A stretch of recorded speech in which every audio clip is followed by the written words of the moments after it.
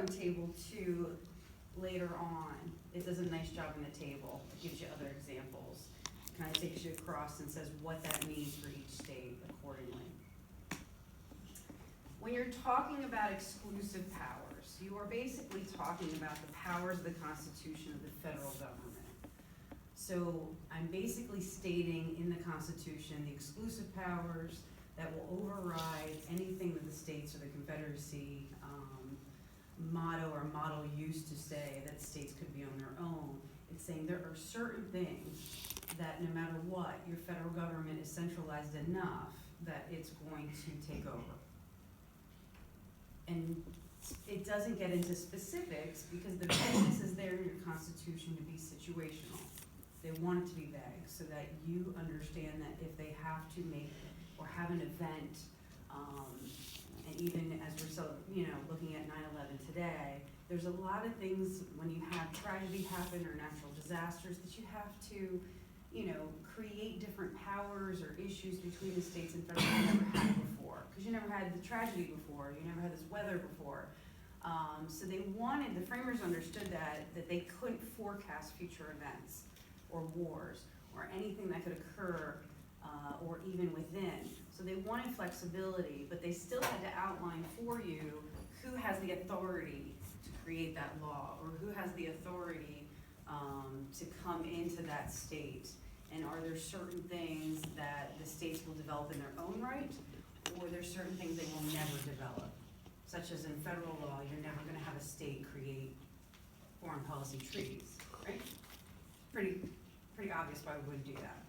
You're also not going to have the states dictate different types of money. You're gonna have an intercommerce.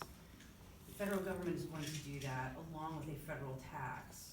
But they will have concurrent powers, which is underneath, which will say what they do at the same time. Taxes are an example. I'll put taxes next so that'll help you understand. So you have federal taxes and you have state taxes. So they don't tell the other how to do those taxes, but they're both allowed to have their own tax pool and finance. So they're concurrent at the same time.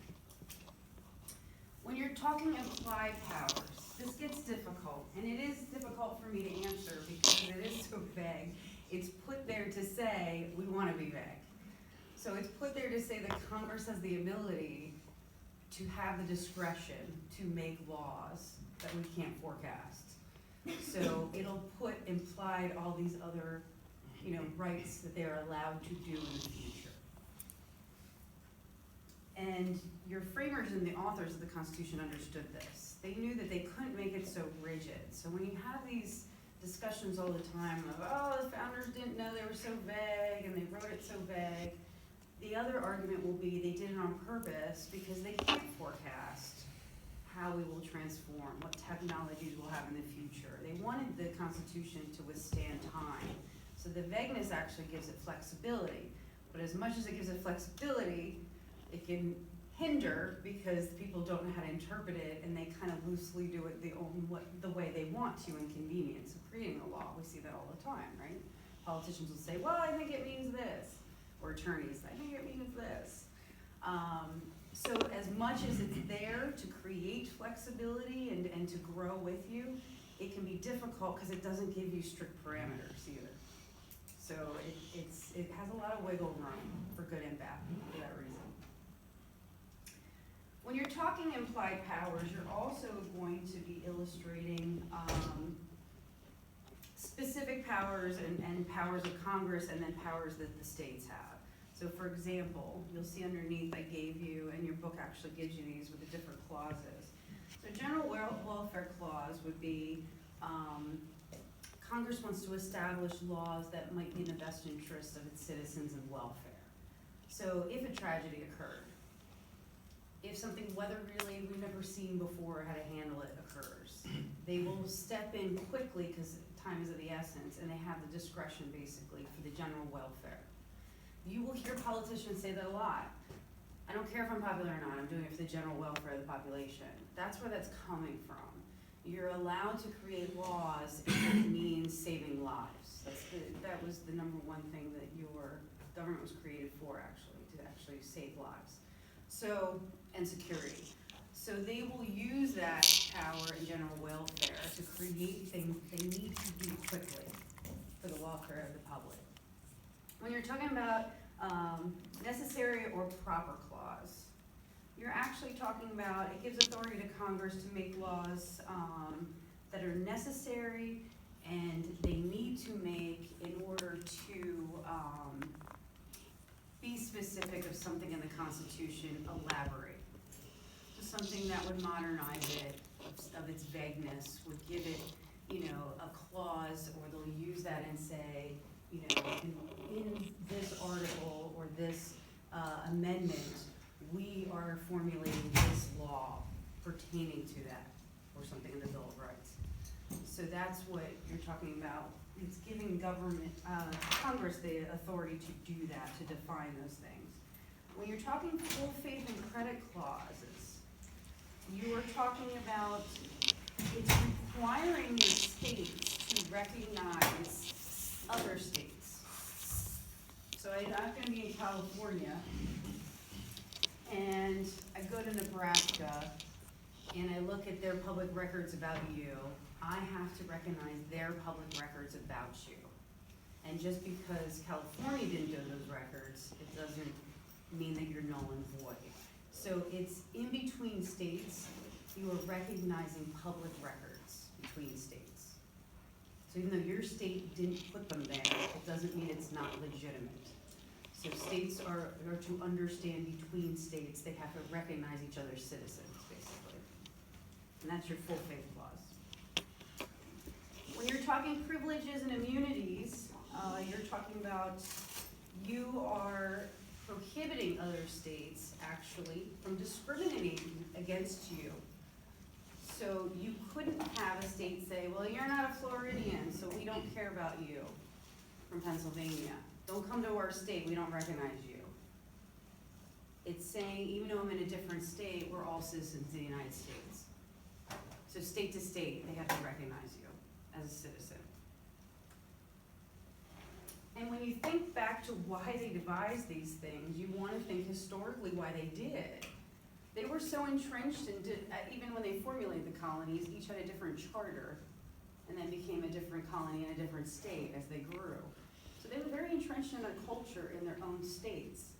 So this was the way the Founding Fathers said, we're gonna let you have your stamp on individualism and be allowed to do certain things, but there are certain things we have to tie each other into being a centralized government to be one solid nation. And if you think historically, if we put it in context, they started realizing that after the Articles of Confederation, there were certain loopholes that were happening, because towards the end of the Revolutionary War in 1783, what was happening is they're seeing other superpowers are still in North America. So you got the French, you got the Spanish. If you have all these individualized states that just signed their first piece of government, of declaring we are no longer the British Empire, right? I'm by myself now, and I have major superpowers that have developed centuries ahead of me, and I'm a new government. So if you left all of them in a confederacy, which means all the states on their own, they're vulnerable, and they knew that. So you have one that might have more economics than the other. You might have more that has more resources than other, or currency. So they had to jointly somehow join them with a centralized government, but still keep their individuality with certain things. And that's why today, and it's kind of amazing how this transforms when you think about it, it's allowing them to also, even in today, have their own state constitutions for day-to-day operations. So it's basically to recognize we're all one, but it's okay that California has certain diversity. It's okay that, the DC area is very different, has different needs. That's being realistic. So that makes sense to you, how it's developed your federalism a little bit? Okay. When you look at state constitutions, the biggest thing to keep in mind is this is not designed to conflict with your federal constitution. Because people will say to me, why do you have 51 constitutions? We have a constitution, right? This is to put in play that I also have to tell, instead of the executive of the federal level, now I have to tell, we have an executive branch at the state level. So it's mimicking what's happening at the federal level, but the framework is that the day-to-day operations of the governor, their judicial courts, their state courts, their treasury, taxes, all those are in their own state constitutions. And each state does it differently. And some might call it a Congress, and some might call theirs an assembly. So it's all outlined, and that's why you have 51 when you're talking about the District of Columbia as well. So when you're looking at it, these are created because you have different political cultures in different areas. You all know that in your mind, if I say certain states, you're gonna automatically think they're blue or red. Maybe you believe it or you've been told that, right? That one's more liberal or one's more conservative than the other. You've even heard that states are purple states now, including your own. And everybody's like, what's that? I said, it's mixing the blue and the reds, right? Or a mix. Because there are different demographics and personalities, you do have different political cultures in some, and some are more conservative and some are more liberal than others. So this is also a benefit to them. What works for one might not work for another state.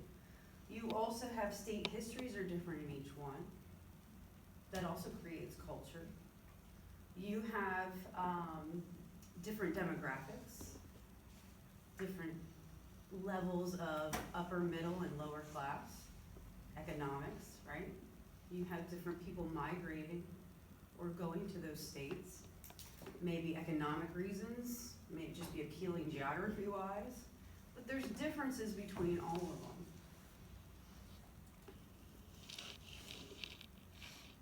It creates this dual form because you have two constitutions. So all of you in Pennsylvania have your federal, which we abide by no matter what state you're in, but then you have a Pennsylvania constitution that also outlines things like their state department, their licenseship. So if I want to be a teacher, it's outlining for me that if I live and reside in Pennsylvania, here's the guidelines that I have to follow to get my license as a teacher.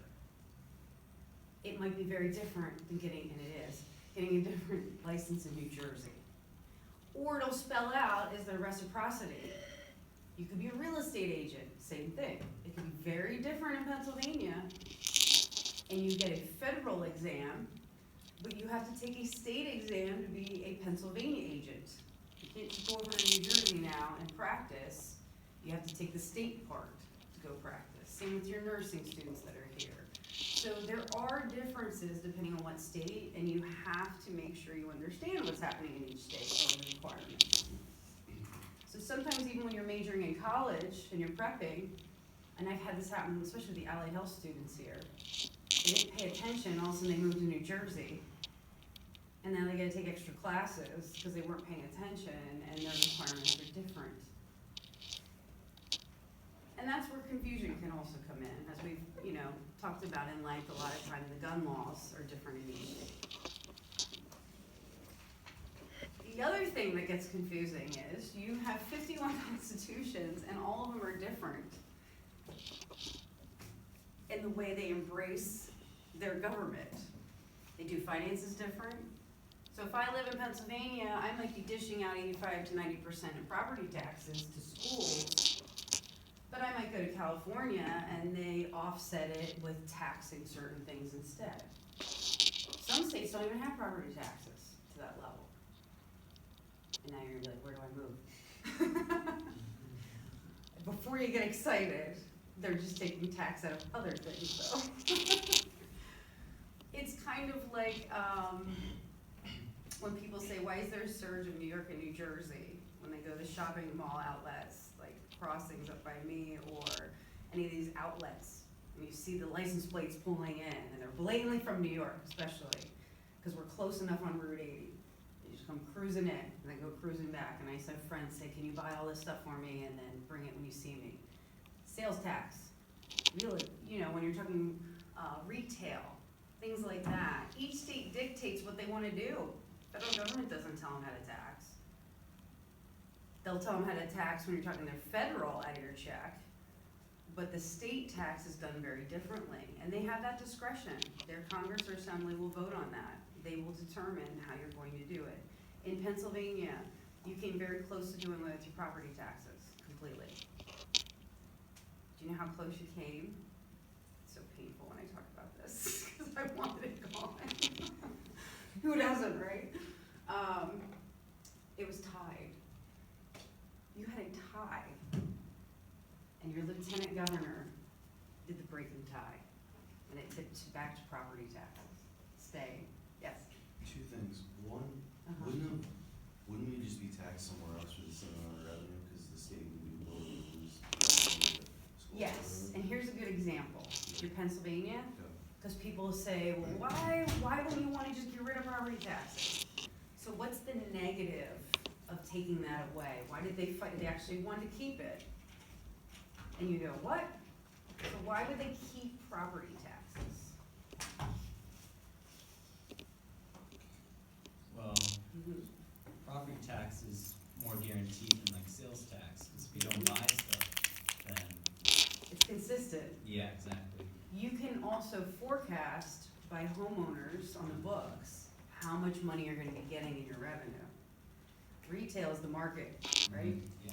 So it goes up and down, it's a more risky risk-taking. So property they know, and usually your Democrats are gonna like property tax. They will usually side with that because they like that it's predictable. They know what they can get. Now, some Republicans will argue it's not, because with the economy, it can also determine somebody can't pay their taxes. So, but it is more consistent. So I can run a census, right? And I can go and send my township folks out to assess your home. And through all those numbers, I can see how much revenue we're probably gonna get this year. Does that make sense to you? So it's consistent. If I do retail, he's right. I don't know how many shoppers we're gonna have this year. Maybe New York's having a bad year and they're not gonna come over and buy from us, right? Not many people are gonna go on vacation, I don't know, when they start doing hospitality tax. Or a certain product that they tax. You go to Washington State, there's tax on like fishing and salmon. So when you tax certain things or products, that's market driven. So some will say, if you're a Republican, you're probably gonna argue, that's fantastic because you can go surplus and you can even make double if you're really good at it. And others will say, but what if we don't? That's a risk. So it depends what type of risk you wanna take with that. Your Democrats also won't go against property taxes for another reason. Why? There's another